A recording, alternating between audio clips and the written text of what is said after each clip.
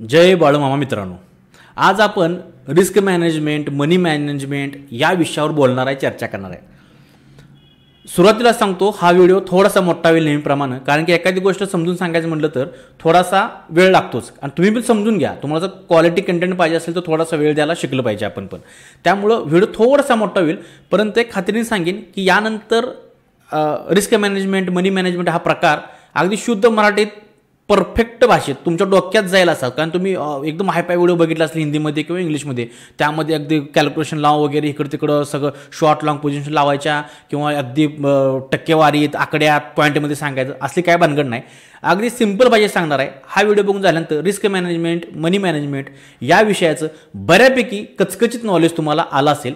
किमान तुमच्या जगाचं जाऊन तिकडं किमान स्वतःपुरतं तरी कसं मॅनेजमेंट केलं पाहिजे इतकं तर तुम्हाला नक्की कळेल, ही जी मी खात्री तुम्हाला देतो. त्यामुळं सीट बेल्ट बांधा, निवांत बसा खुर्चीवरती, वेळ नसेल रात्री निवांत व्हिडिओ लाईक करून सोडा आणि रात्री निवांत व्हिडिओ बघा, म्हणजे तुम्हाला तुमच्या डोक्याची संकल्पना क्लिअर होईल. तुम्ही जर ट्रेडर असाल तर तुम्हाला ह्या व्हिडिओचा नक्कीच फायदा होईल.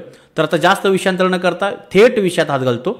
रिस्क मॅनेजमेंट, मनी मॅनेजमेंट हा अत्यंत महत्त्वाचा घटक असणार. म्हणजे ट्रेडिंगमध्ये जर काय महत्त्वाचं आहे तर हेच महत्त्वाचं आहे आणि हेच महत्त्वाचं आहे. त्यामुळे हे जर तुम्हाला परफेक्ट कळलं, हे जर तुम्हाला परफेक्ट समजलं तर तुम्हाला ट्रेडिंगमधली तुम्ही जवळपास 80% लढाई जिंकली.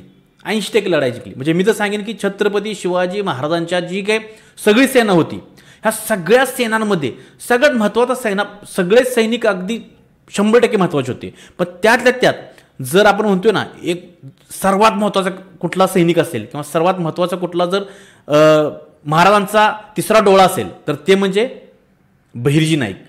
कारण की महाराजांचं निम्म्यापेक्षा जास्त काम त्यांच्याकडून व्हायचं. परफेक्ट माहिती त्यांना कळायची कुठं काय करायचं आहे, कुठं काय केलं पाहिजे आणि कुठं काय नाही केलं पाहिजे.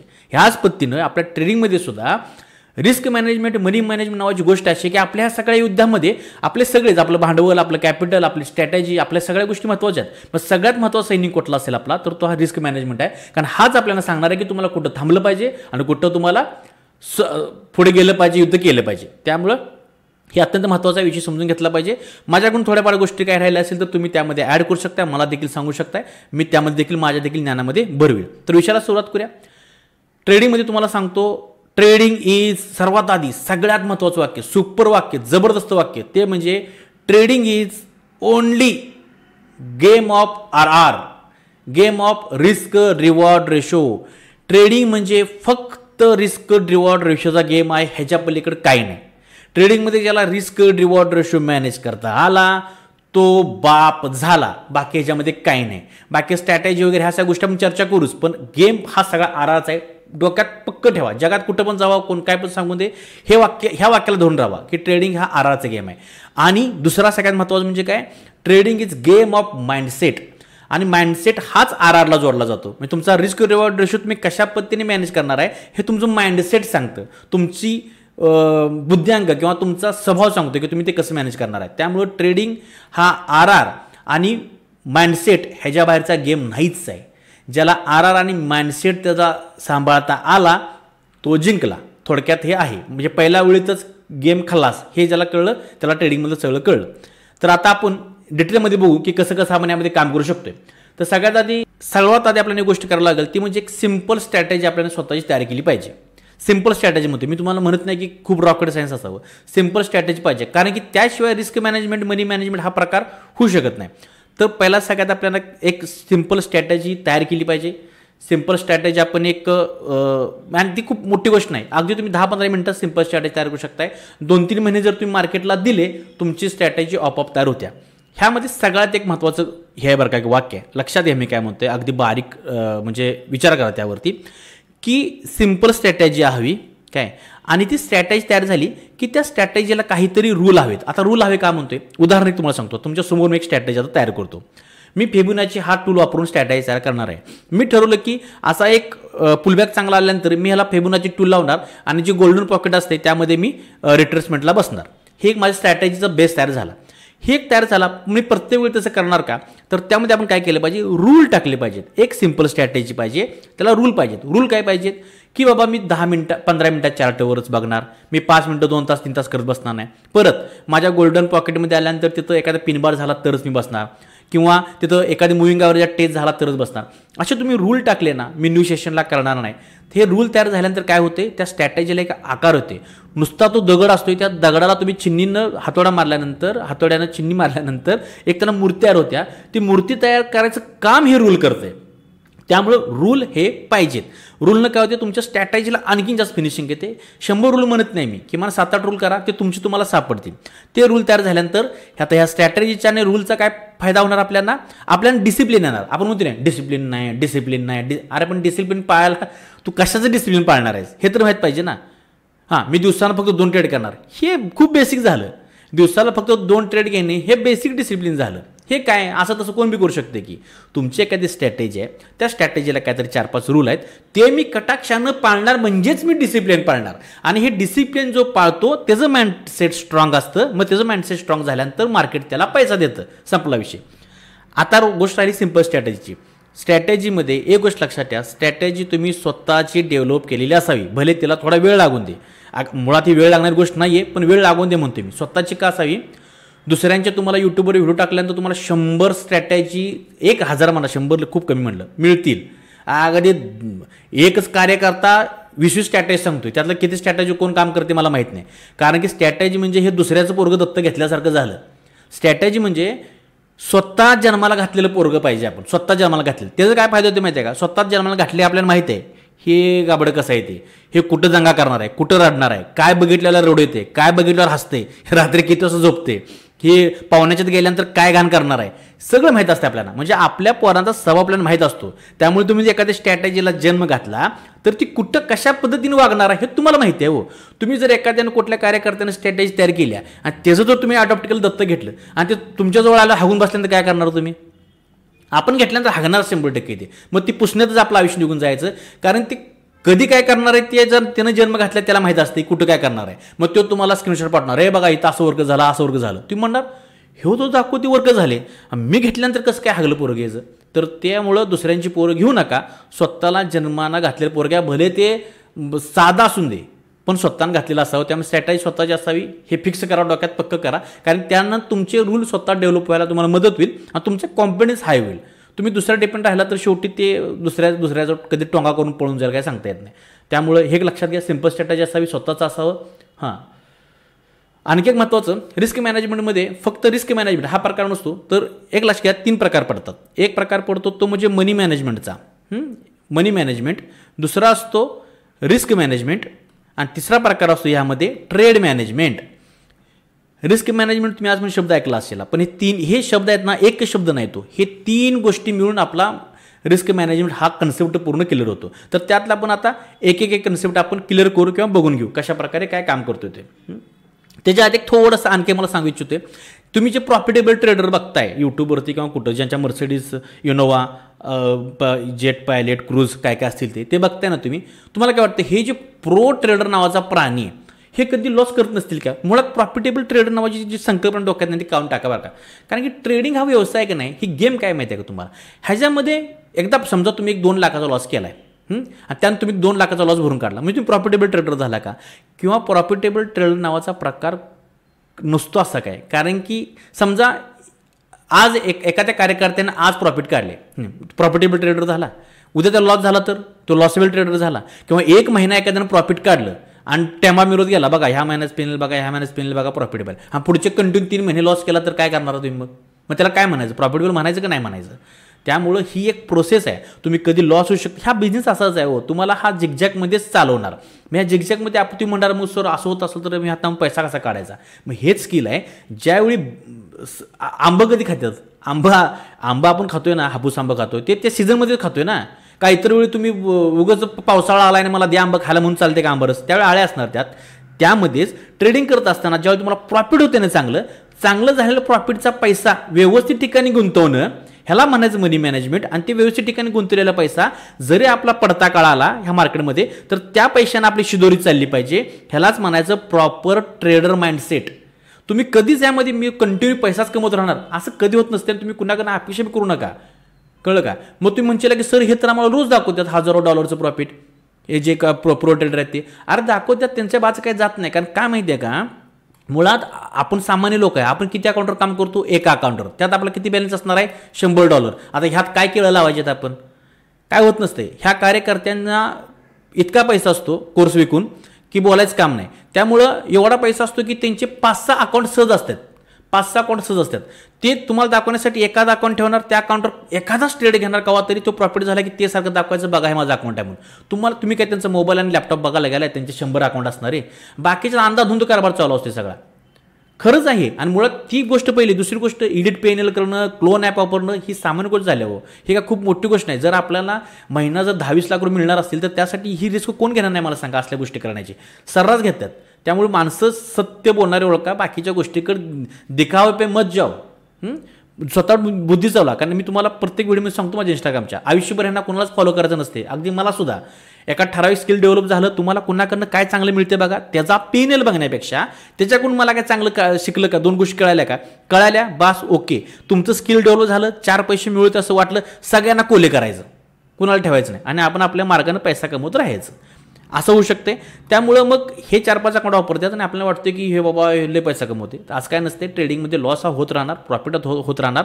लॉस होत राहिल्यानंतर लॉसला भिंत घालणं आपलं कर्तव्य आहे. प्रॉफिट झाल्यानंतर त्यातनं पैसा बाहेर काढणं आपलं कर्तव्य आहे. हा धंदा असाच आहे. एखादं वर्ष तुम्ही लॉसमध्ये असणार, म्हणजे ह्याचा अर्थ तुम्ही लॉसेबल ट्रेडर कधीच नसताय. एखादा वर्ष तुम्ही प्रॉफिटेबल असणार प्रचंड, ह्याचा अर्थ असं नाही की तुम्ही आता झुंझुनवाला झाला. तर हे मॅनेज आहे, हे मॅनेज करता आलं म्हणजे तुम्ही ट्रेडर झाला. आता मी एक व्हिडिओ बघितला होता, त्यामध्ये एक ट्रेडर काय म्हणतो माहिती आहे का, की माझा $8,000 लॉस झाला बरं का. मग ती असा लॉस झाला मग दाखवलं सगळं त्यानं, मी हे चुकलं, माझा रिव्हेंज ट्रेड झाला, मी हे केलं ते केलं. मी म्हटलं झालं असेल, मी बघत होतो. आणि हळूच व्हिडिओ संपत आल्यानंतर काय म्हणलं माहिती आहे का, मी कच्चा आहे, मी लय प्रो ट्रेडर आहे, मी लय एक्सपिरियन्स ट्रेडर आहे.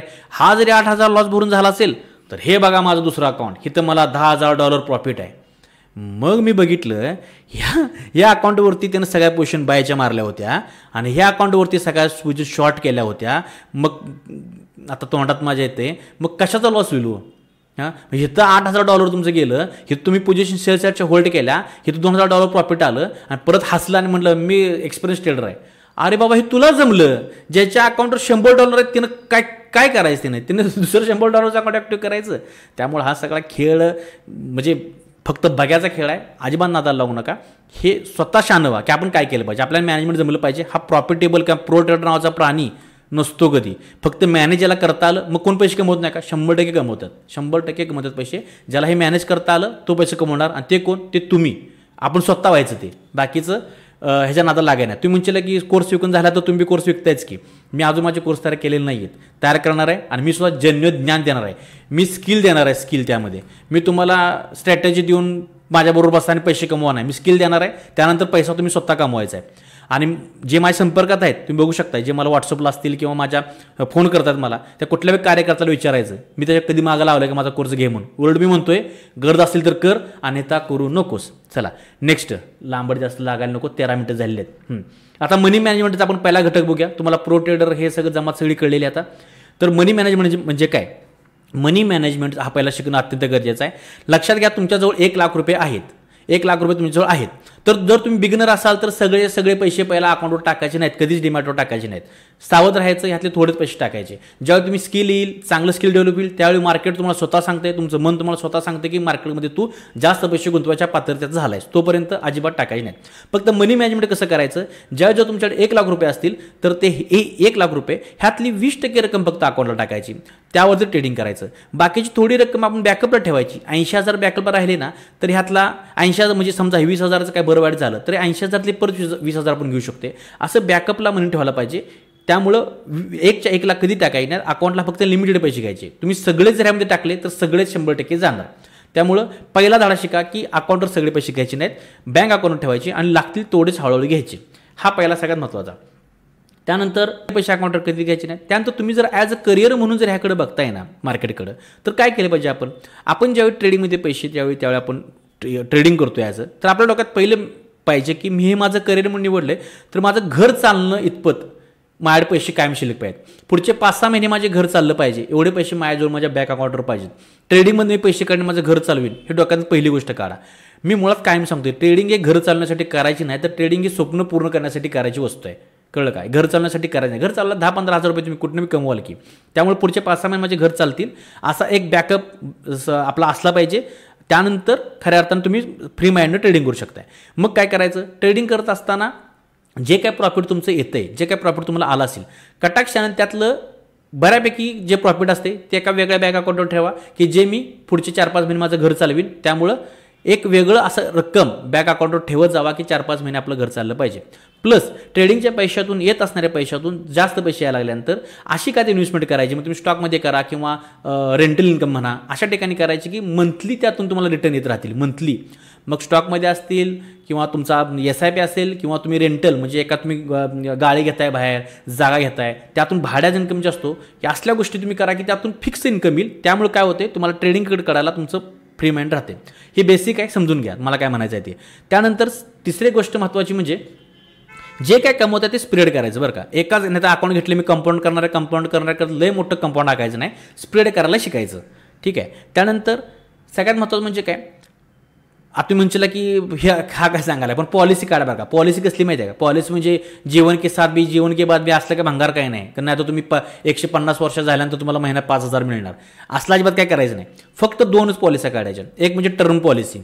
टर्म पॉलिसी स्वतःची नक्कीच काढून घ्या येतात ट्रेडिंगमध्ये पैसे आल्यानंतर, कारण की ट्रेडिंगमध्ये कधी आपल्याला अटॅक येईल सांगता येत नाही, गमतीनं म्हणतो मी. पण टर्म पॉलिसी पाहिजे, कारण की खूप स्ट्रेसफुल आपलं काम असते. त्यामुळं किमान आपल्या मागं जर बायकापोर आपल्या असतील तर त्यांना बिंदास जगता यावं, की बाबा आपला जरी ब्रेकआउट झाला तरी त्यांच्या आयुष्यात नेहमी हिरवी कॅन्डल राहावी. त्यामुळे टर्म पॉलिसी नक्की काढा. आणि दुसरी म्हणजे एक मेडिकल पॉलिसी 100% काढा. ह्या 2 पॉलिसी मात्र आवर्जून काढा. हे एक मोठ्या भाऊ किंवा मित्राचा सल्ला म्हणून समजा. कुठून काढा खरं, ह्या एक काढा. हे का आपण करू शकतो. तर मनी मॅनेजमेंटमध्ये फक्त एक गोष्ट लक्षात ठेवा, एकच गोष्ट महत्त्वाची आहे, सगळा पैसा मार्केटमध्ये टाकायचा नाही, बॅकअपला पैसा ठेवायचा, थोडा थोडा करून पैसे मार्केट टाकायचे. स्किल आल्यानंतर मार्केट तुम्हाला स्वतः सांगते पैसा किती टाकायचा. पैसा टाकून झाल्यानंतर जे काही पैसे येतील ते पैसे स्प्रेड करायचे, वेगवेगळ्या ठिकाणी टाकायचे आणि आपलं घर चालावं 5-6 महिने इतका पैसा कायम बॅकअपला असावा. मनी मॅनेजमेंट हा घटक संपला. ठीक आहे. आता नेक्स्ट घटक म्हणजे काय, रिस्क मॅनेजमेंट. जे आपण नेहमी म्हणतो रिस्क मॅनेजमेंट कशी करायची. तर रिस्क मॅनेजमेंट करण्यापूर्वी काय, स्वतःला ओळखा की तुम्ही काय आहे. तुम्ही स्कॅल्पर आहे का, तुम्ही पोझिशन होल्ड करू शकताय. म्हणजे काय होते, काय जणांना ट्रेड घेतलाय कधी आता कट करते असं होते, म्हणजे जरासा प्रॉफिट सहन होत नाही. लॉस मात्र पूर्ण आपण SL जाईपर्यंत थांबतोय किंवा अकाउंट उडेपर्यंत थांबतोय, पण प्रॉफिट आलं की पटकन बाहेर पडते. ह्याचा अर्थ तुम्हाला बाबा थांबून होत नाही, तुमची बोटं वळवळतात. तर मग आपण स्कॅल्पर आहे समजा, मग स्कॅल्पिंगमध्ये तुमचं एक हे आणा, तुमचं स्किल आणा. आणि त्यामुळं तुम्ही एक तर ठरवा मी काय स्कॅल्पर आहे, काय मी ट्रेड होल्ड करू शकतो. होल्ड करत असाल तर गुड अँड बेस्ट. मग त्यामध्ये तुम्ही स्वतःला डेव्हलप करा का स्कॅल्पर आहे बघा. एकदा ही तुमचं फिक्स झालं, एकदा तुमची स्ट्रॅटेजी फिक्स झाली. ठीक आहे, स्ट्रॅटेजी फिक्स झाल्या, मी स्कॅल्पर आहे का होल्ड करू शकतो हे पण फिक्स झालं. आता तिथून पुढे खरं गेम सुरू होते रिस्क मॅनेजमेंटची.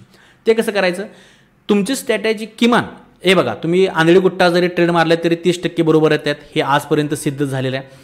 एक 40-50 बाकीचं डिसिप्लिन रूल टाकल्यानंतर एक 40% आपली ॲक्युरेसी जात्या.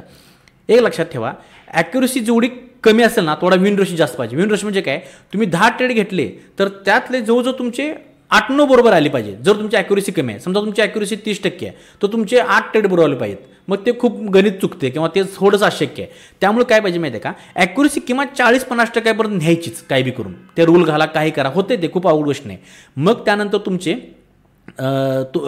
तुमचा 40-50% गेल्यानंतर आहे ना, भले तुमचे ट्रेड मग 10 पैकी 5-6 जरी आले तर तुमचा रिस्क रिवॉर्ड रेशो तुम्हाला मग त्यातून वाचवतो. आता रिस्क रिवॉर्ड रेशोमध्ये काय करायचं, किमान 1:2 घ्यायचंच. किमान 1:2 घ्यायचंच. तुमचं जर विन रेशो हाय असेल, नाही सर माझे 10 पैकी 8 ते 9 ट्रेड बरोबर येतात, तर मग तुम्ही 1:1 घेऊ शकता स्कॅल्प करून. म्हणजे 10 पॉईंटचा मी SL दिला आणि 10 पॉईंटचाच मी टार्गेट घेईन. पण तुमचा विन रेशो भयानक पाहिजे. 10 पैकी 8-9 तुमचे ट्रेड बरोबर आले पाहिजेत आणि ते नेक्स्ट इम्पॉसिबल असं मला वाटते. त्यामुळे तुमचे 5-7 ट्रेड जरी बरोबर येत असतील, अगदी 4-5, त्यावेळी तुम्ही 1:2 जरी रेशो घ्यायला शिकला, 10 रुपये द्यायचे 20 रुपये घ्यायचे, तरी तुमची ह्यामध्ये गेम तुम्ही जिंकता आणि एंड ऑफ डे तुम्ही प्रॉफिटमध्ये राहताय. ह्यात काय ती मात्र शंका नाही. गोष्ट तुमचा जे रिस्क रिवॉर्ड रेशो आपण घेतोय, समजा आपण 1:2 घ्यायचा आहे. आता आपला स्ट्रॅटेजी तयार आहे, सगळं तयार आहे. एक काम करायचं, SL कधी पण आणि TP कधी पण लॉजिकली पाहिजे.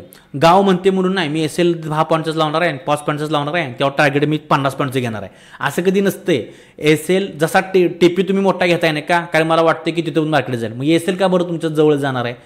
SL आणि TP दोन्ही लॉजिकल पाहिजे. लॉजिकल म्हणजे काय, एस एल अशा ठिकाणी पाहिजे काय की खोटं जेन्युन आहे, तिथं गेल्यानंतर मार्केटने सगळ्यात दुनियेचे एस एल घेतले पाहिजेत, मग कुणाच्या बापाला नाही सोडलं पाहिजे. मग अशा ठिकाणी लॉजिकल एस एल पाहिजे. लॉजिकल एस एल कसा असावा त्यानंतर एक नवीन व्हिडिओ तयार करेन मी.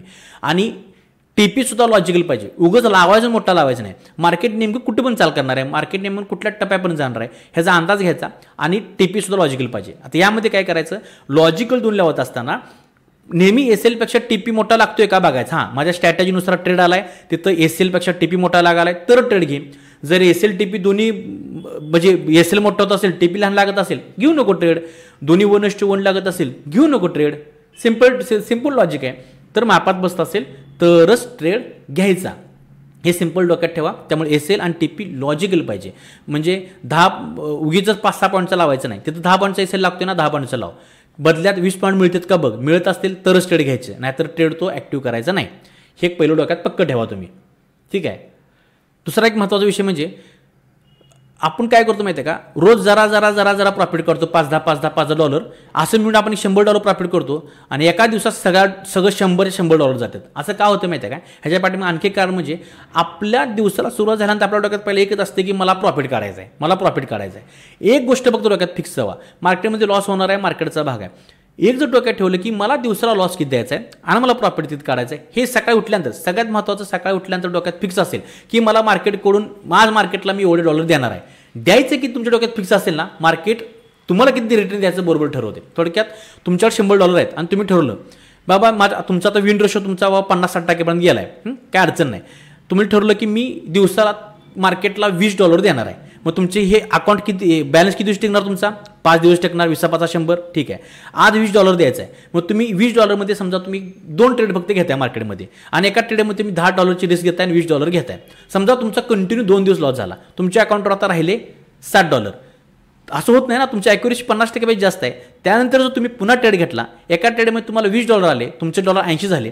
दुसऱ्या ट्रेडमध्ये तुम्हाला आणि $20 आले, तुमचे डॉलर परत आणि 100 झाले.